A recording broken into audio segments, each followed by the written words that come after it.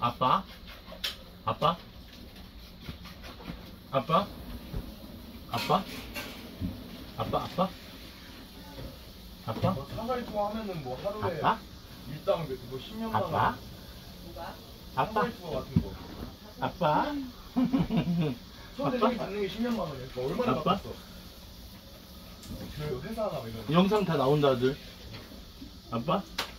아빠? 아빠?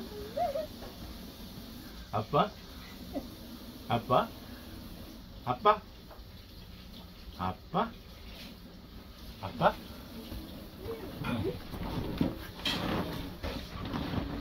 네, 안녕하세요. 오늘은 지난 시간에 이어서 두 번째로 또 우리 아이들 포기해야 되지 않는 이유, 진짜 좋은 선생님에 대해서 좀 말씀을 드리도록 하겠습니다.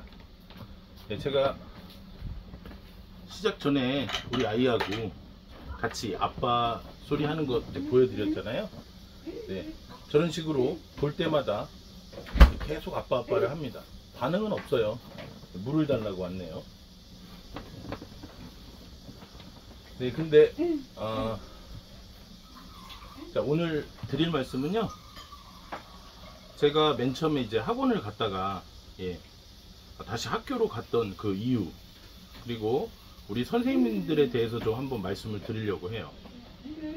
처음에 제가 학원에 갔는데 경력이 없다 보니까 초등학교 수학을 가르치게 됐습니다.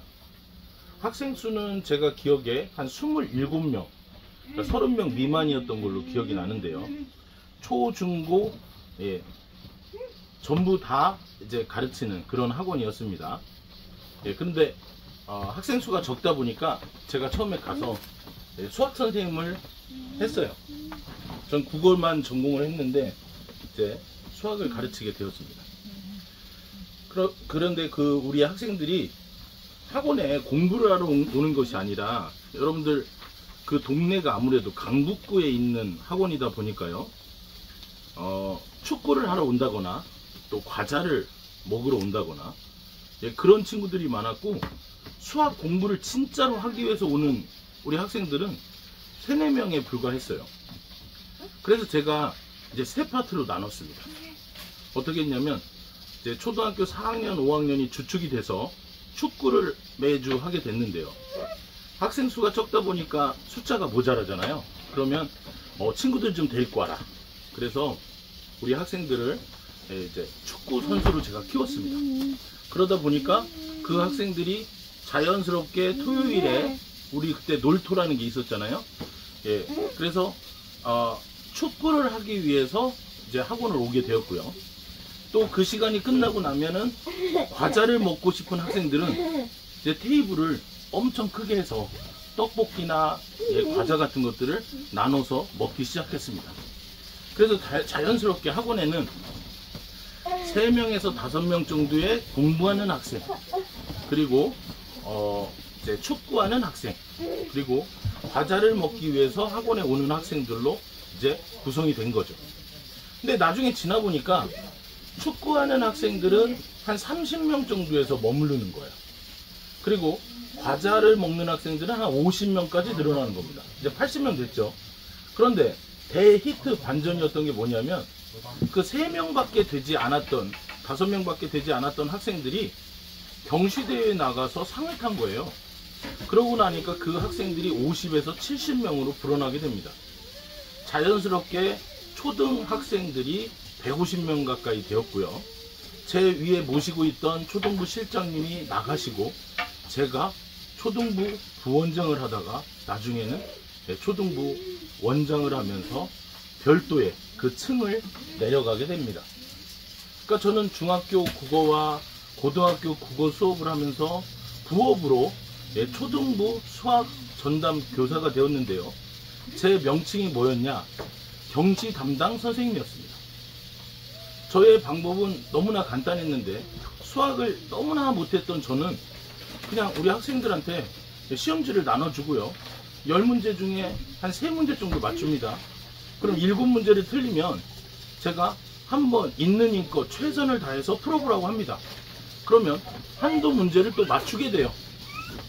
그리고 조금 후에 조를 짜줍니다. 3명, 4명씩. 그리고 이제 또 틀린 문제를 같이 해보라고 합니다. 그러면 나중에 이제 한 2문제 정도가 모르는 문제가 남게 되죠. 그럼 저는 그 사이에 그 틀릴 만한 문제, 틀린 문제를 엄청 공부해서 그것만 딱 가르쳐 주는 거예요.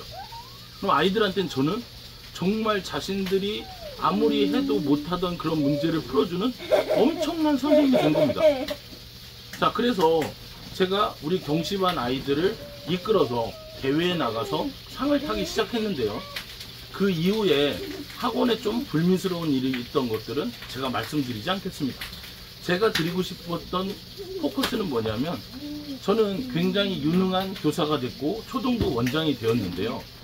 안타깝게도 저에게서 배운 아이들 중에 수학 전문가나 수학의 영재가 나타나지는 못했습니다. 왜냐하면 저는 원리를 가르쳐 주지도 못했고요. 수학에 대해서 우리 학생들에게 체계적으로 가르쳐 주지도 못했고요. 중학교하고의 연관성도 알려주지 못했고요.